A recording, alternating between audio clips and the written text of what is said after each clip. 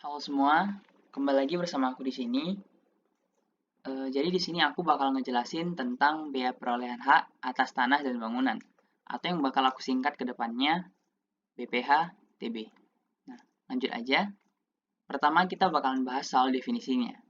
Adapun definisi dari BPH-TB sesuai dengan namanya, itu adalah pajak atas perolehan hak atas tanah dan atau bangunan. Yang mana perolehan hak di sini dapat berarti pemindahan hak ataupun perolehan hak baru. Selanjutnya, kita akan bahas soal subjek dari BPHTB ini. Yang pertama adalah orang pribadi atau badan yang memperoleh hak atas tanah dan bangunan, atau bisa kita sebut sebagai pihak yang menerima pengalian hak. Yang kedua, itu adalah subjek kena pajak yang dikenakan kewajiban membayar pajak menjadi wajib pajak. Oke, selanjutnya kita bakal bahas objek apa aja yang tidak kena BPHTB.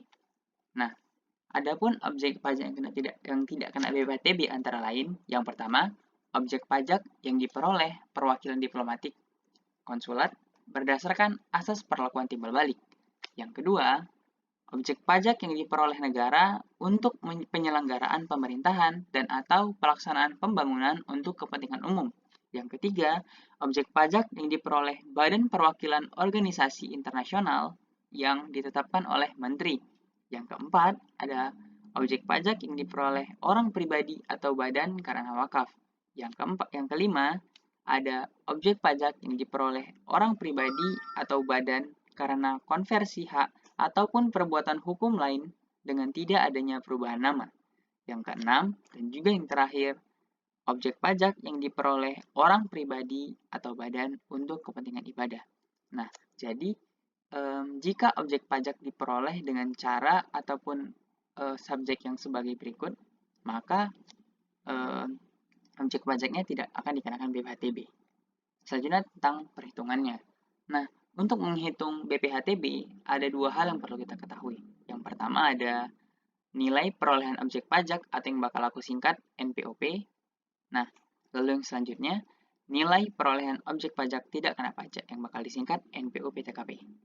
Nah, kita akan bahas NPOP terlebih dahulu. Nah, NPOP ini bisa kita tentukan dengan beberapa hal. Kita bisa menentukan dari beberapa hal dari kasus-kasus tertentu.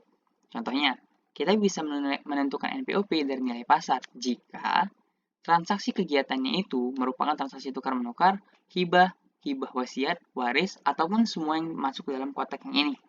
Selanjutnya, kita bisa menggunakan harga transaksi sebagai NPOP jika itu adalah kegiatan jual beli. Selanjutnya, kita dapat menggunakan harga transaksi lelang jika itu merupakan kegiatan lelang. Lalu, yang terakhir, nah, jika kita tidak mengetahui NPOP-nya atau nilai NPOP yang diketahui ternyata lebih kecil daripada NJOP PBB tahun perolehan, kecuali lelang. Maka, kita akan menggunakan NJOP PBB sebagai NPOP-nya. Nah, namun di sini kan ada nih keterangan kecuali lelang.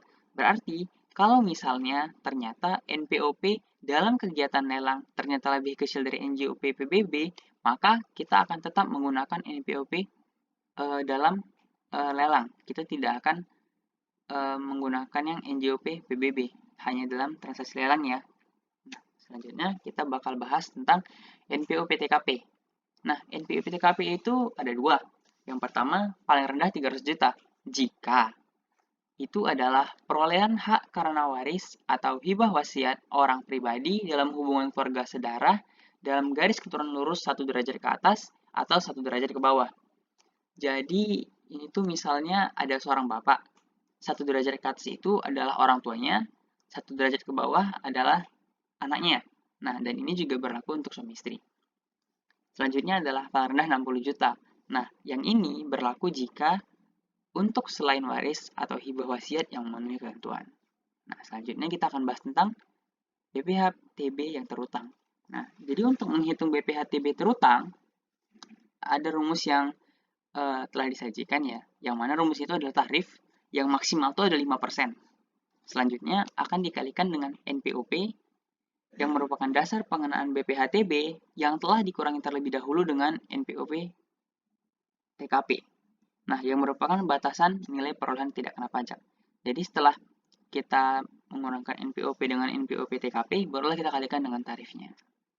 Selanjutnya tentang saat terutang dari BPHTB. Nah, untuk BPHTB ini, saat terutangnya itu ada 5. Yang pertama adalah jika itu kegiatan waris, maka tanggal pendaftaran ke kantor pertanahan adalah saat terutangnya. Yang kedua, jika itu adalah kegiatan dari putusan hakim, maka saat terutangnya adalah tanggal putusan peradilan. Yang ketiga, jika itu adalah kegiatan lelang, maka tanggal penunjukan pemenang lelang adalah saat terutangnya. Yang keempat, jika itu pemberian hak baru, maka tanggal terbit SK pemberian hak merupakan saat terutangnya. Lalu yang terakhir, jika kegiatan itu termasuk dalam kegiatan waris, tidak termasuk dalam putusan hakim, tidak termasuk dalam lelang, dan tidak termasuk dalam pemberian hak baru, maka saat terutangnya adalah tanggal ditandatanganinya akta. Selanjutnya adalah tempat terutang. Nah, jadi sebelumnya perlu kita ketahui kalau BPHTB ini adalah pajak yang dipungut oleh pemerintah daerah, sehingga tempat terutangnya adalah daerah masing-masing, daerah di mana letak tanah atau bangunannya berada. Nah, dan yang mengutipnya adalah pemerintah daerah. Jadi kalau misalnya ada seseorang yang tinggal di Jakarta, namun dia punya tanah di Bandung misalnya, maka yang BPHTB atas tanah yang di Bandung akan dipungut oleh Pemda yang ada di Bandung, bukan di Jakarta, karena tempat terutang adalah sesuai tempat di mana tanah atau bangunan itu berada. Baik, mungkin hanya itu bisa saya sampaikan. Terima kasih karena telah menonton sampai akhir. Saya ingin mengingatkan bahwasanya di sini saya masih belajar dan tentunya dalam video ini mungkin masih dapat kita temui beberapa kesalahan dan saya mohon jika teman-teman ada kesalahan di video saya, teman-teman bisa mengkoreksi di kolom komentar. Dan terima kasih telah menonton. Jangan lupa like dan komen. Dan terima kasih.